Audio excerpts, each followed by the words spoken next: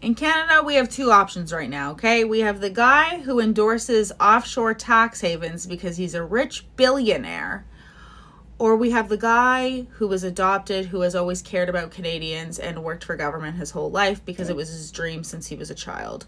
Welcome back to the Freedom Pines podcast. I'm your host, Jamie A.B., where we are doing daily election coverage of all parts of the social media sphere, from TikTok to X to Instagram to podcasts to audiobooks. I'm here to cover it all for you. And I will be live election night as well, okay? I will be live election night in Ottawa. I am so excited. This is going to be a historic outcome no matter what. And by the way, I will be here after as well too, because it's quite clear to me in the States that we need people to be independent media, okay? And I'm very much center-leaning, so if there is something that I disagree with Pierre on, you know that I will say it, okay? So if that interests you, don't forget to like, comment, and subscribe, and let's get into today's episode. So first we're going to talk about Mark Carney not denouncing tax havens. He goes, well, I know the way that the world works. Do you? Yeah, you do, because you're a globalist, and for a globalist, elitist billionaire, probably, who, I don't understand the left. I genuinely do not understand the left at all. 2 months ago, they would have been cheering on this man from Luigi Mangione, okay? 3 months later, and they're voting quite literally for someone who is above CEO, so rich that he doesn't denounce tax havens. Our government wants to put all of us in poverty by taxing us into poverty and destroying our country, but the billionaires don't want anything touched. I think that alone, I mean, not even that alone, Pierre's announcing that he is going to be cracking down on crime. I can't believe that domestic violence in Canada has only gotten a manslaughter charge automatically. What? Of course, Mark Carney doesn't denounce tax havens. Let's listen to Pierre Poilievre talk about it. Breaking news. Mark Carney was asked point blank if, as Prime Minister of Canada, he would condemn tax havens, international tax havens in the Caribbean, where multinational corporations stash their cash to avoid paying what they owe. Now, for the first time in the history of Canada, a Prime Minister was unwilling to condemn these international tax havens for multinationals and billionaires. The crime, everything. I have no idea how the feminists can live with themselves saying that they want to vote for Mark Carney or the left in general, okay? Because online, berated. I don't know what we chat is capable of doing, but TikTok is inundated with bots for Mark Carney. Inundated. And then there's like 5 people who speak out, okay? And their content gets so pushed out into the algorithm, so many likes. How is it possible? How is it possible? When there are so many creators that I would have followed if my algorithm led me there. Truly, I found before C11 was ever in, I found so many more people on YouTube that were Canadian. And ever since C11 has been in, it's been a treasure hunt. It's been like I'm Scooby-Doo in the mystery gang trying to find people who, even think like me. I don't even know. Not even think like me, but just have different types of dialogue even. And I'm not going to lie. Yes, it is. Yes. One of the best feelings was coming on to the internet and finding out that there were people who thought that what the government was doing to us during COVID was crazy, okay? They talk about human rights so much. Okay, so what about our right to bodily autonomy that you guys do not stick up for unless it is something that has to do with schmishmorshman? Okay, what about the fact that the mandates were found to be unethical and unlawful, okay, in so many different cases? What else?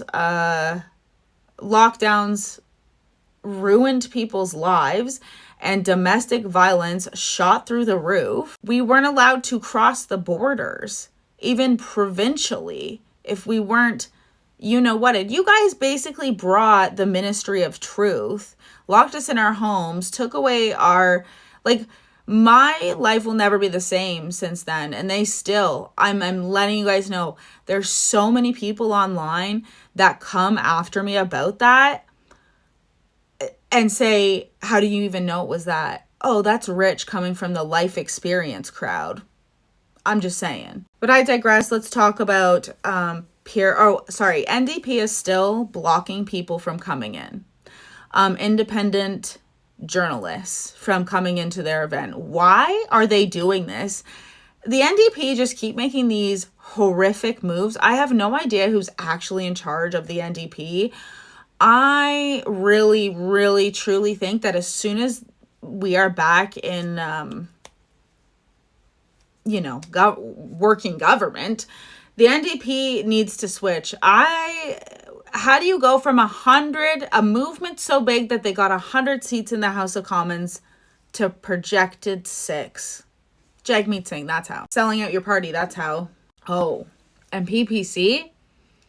Their crowds are looking small, you guys. They're looking very small.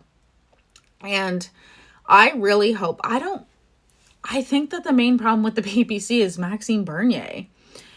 Do you know how hard it is for someone that doesn't have cognitive dissonance, for you guys to tell me that Pierre's a globalist while sticking up for someone who went to Davos, who quit because he didn't win the leadership race, okay, but did not quit when he was forced to go to Davos? You cannot convince me that Maxime Bernier isn't doing this for the wrong reasons, whether that be to get back at the conservatives or by working with the liberals, because truly, why is every single person against Pierre? Even the NDP go after Mark Carney, and the PPC only goes after Pierre, okay? So Pierre Poilievre gets endorsed by, this man has record-breaking rallies that the left tries to throw under the bus. They're like, who cares? That doesn't equal anything. What? You guys survey 1,200 people and then you post those polls as if it's truth, as if this is the actual number. This is how Canadians feel. Talk about it with the things that these CBC and CTV panelists talk to each other about, so out of touch. You can tell that they have way more money than the average person off of our backs, by the way, okay? While they touch no issue that is on the table for Canadians at all. They perpetuate the Trump thing over and over again. Hey, we can't afford food. I know you guys can afford food, so you guys aren't in fight or flight or poverty or anything like that, but we can't afford food over here, okay? So Pierre getting endorsed by the police, the Toronto police, huge. That's huge. The unions, there's been, obviously CUPE goes with NDP because, anyways. But all of the tradesmen are endorsing Pierre Poilievre. It's crazy to see. Not all of them, but a lot of them are endorsing Pierre Poilievre. It's honestly, what has gotten to me and what makes me cry the most is that when I was first in school and we talked about feminism, I'm talking 12 years ago, it was for men too. Okay. It was so that men and women learned how to live in a harmonizing way together, and that we taught men how to, not that they had toxic masculinity, but how to channel their masculinity into good things and stuff like that. Seeing these, I have such a soft spot for these men who I see who are tearing up when they see Pierre Poilievre, because you just know that these men have been working their asses off. My husband has been working his ass off. We haven't seen him for the last 2 years, and where's that money? It's gone to taxes and groceries. He's literally doing everything that he can to feed his family and help his wife, who took something that they touted as safe and effective. Now, my husband would never do that, okay? He's very chill. And he pretends to be a liberal to me all the time to piss me off, because that's marriage, I guess. I literally have to be like, are you a bot in my comment section? Like, why do you have something to say about everything? And so a lot of discourse right now from the PPC is, I can't believe that there are people being like, oh, Stephen Harper endorsed Pierre Poilievre. I'm no longer voting for Pierre Poilievre. What? Listen, you can know that Stephen Harper was and is probably a bit corrupt, okay? Maybe more than a bit. And is part of WEF and stuff like that, okay? And disagree entirely. But I cannot express to you enough how much people do genuinely look back on their life experiences. And most of our life experience with Harper was millennials getting out of high school and being able to go to college and afford to stay in a room. There was rooms available. There was apartments available. There was houses available to rent. And they weren't astronomically out of this world. We were able to be independent already. We were able to be independent already, okay? And the fact that a lot of people have had to move back in with their parents in their 20s to 30s is insane. That's insane. So yes, people are going to look back on Harper, and I will say that he is corrupt, okay? And that's, like I said, why I voted for NDP before, because I thought that they were not part of the big uniparty. But another thing is like, I don't know, if Stephen Harper had a couple more years, would he let an ideology let Canada be ran into the ground? That, you know what I mean? I, no doubt in my mind, know that corruption is in, the deepest parts of both governments. I'm telling you guys, the amount of elitists in the Liberal Party versus the Conservatives is insane to me. It's insane to me. And they will get rid of leaders. They will hold their leaders accountable. When Andrew Scheer wasn't working, they changed it to Aaron O'Toole. Not sure how Aaron O'Toole won, but okay. And then they knew they needed a change, so they voted in Pierre Poilievre, okay? That's the most change I had seen in so long from any of our governments, realizing, hey, maybe we don't have the right person here for our voters, so we're going to change it up. The Liberals let Justin Trudeau destroy our lives for years. And does anybody remember this? I'm going to go look back today and get back to you guys tomorrow. But when Chrystia Freeland resigned, did she not say that Mark Carney and Trudeau, both of them, were pressuring her to spend more in the budget than we could afford? Was that not the whole thing? Was that both of them were pressuring her to put forth this budget and she didn't feel comfortable? But anyways, it's not that people have, amnesia when it comes to Harper and the things that he did and the things that we didn't agree with. But when we look overall at the last 20 years of our lives as a collective, whose was better to live under? Is significantly better to live under? Genuinely, after this, if we want to make change, we need to be in our elections, as in municipal, with our school boards, with all of these different things. I think we should be voting in Senates. I think things should definitely start to, if you want new parties, if you want more than just the uniparty in there, get the movement going right away.